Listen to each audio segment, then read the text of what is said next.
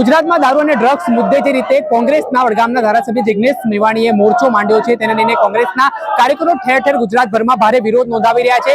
ગૃહમંત્રી વિરુદ્ધ સૂત્રોચ્ચાર બોલવામાં આવી રહ્યો છે, સરકારને ઘેરવામાં આવી રહી છે. તેના જ ભાગરૂપે આજે અમદાવાદની જુલી પોલીસ કમિશનર કચેરી હતી, ત્યાં મોટી સંખ્યામાં કોંગ્રેસના કાર્યકરો એકત્ર થયા હતા. ત્યારબાદ તેમના દ્વારા એક રેલી કાઢવામાં આવી, જેમાં જે રીતે ડ્રગ્સ અને દારૂનું દૂષણ ગુજરાતમાં ફેલાઈ રહ્યું છે, અમદાવાદમાં ઠેર ઠેર વેચાઈ રહ્યો છે, તેની સામે તેઓ પોતાનો બળાપો ઠાલવી રહ્યા છે. અને આ કાર્યકરો છે તેમના દ્વારા જૂની પોલીસ કમિશનર કચેરીથી લઈને અમદાવાદ જિલ્લા કલેક્ટર કચેરી સુધી આ જે રેલી છે તે કાઢી હતી. તે દરમિયાન અમદાવાદ કલેક્ટર કચેરીએ જ્યારે કોંગ્રેસના કાર્યકરો પહોંચી રહ્યા હતા, ત્યારે પહેલાથી જ પોલીસનો જળબેસલાક બંદોબસ્ત છે તે ગેટ ઉપર ખડકી દેવામાં આવ્યો હતો અને કોઈ પણ અનિચ્છનીય બનાવ ન બને તે માટે તકેદારી રાખવામાં આવી હતી. પરંતુ કેટલા કોંગ્રેસના કાર્યકરો છે તે આ જે કલેક્ટર કચેરીનો ગેટ છે તે તોડીને અંદર જતા રહ્યા હતા અને દ્રશ્ય પણ સામે આવ્યા છે, જ્યાં થોડાક સમય માટે કોંગ્રેસના કાર્યકરો અને પોલીસ વચ્ચે ઘર્ષણની સ્થિતિનું પણ નિર્માણ થયું હતું. હાલ આપ જે દ્રશ્ય જોઈ શકો છો કે અહીંયા જિલ્લા કલેક્ટર કચેરીની બહાર છે તે સૂત્રોચ્ચાર કરવામાં આવી રહ્યા છે, રોષ વ્યક્ત કરવામાં આવી રહ્યો છે અને જે ડ્રગ્સ અને દારૂ છે તે ગુજરાતમાં બંધ કરવામાં આવે તે પ્રકારની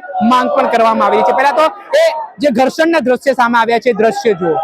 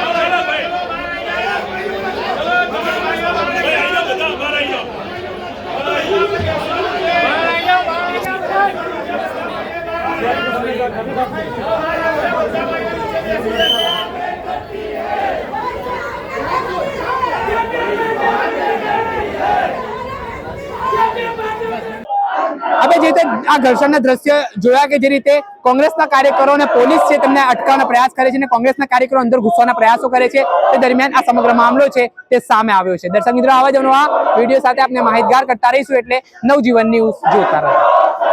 વૈષ્ણવજન તો તેને કહીએ જે પીડ પર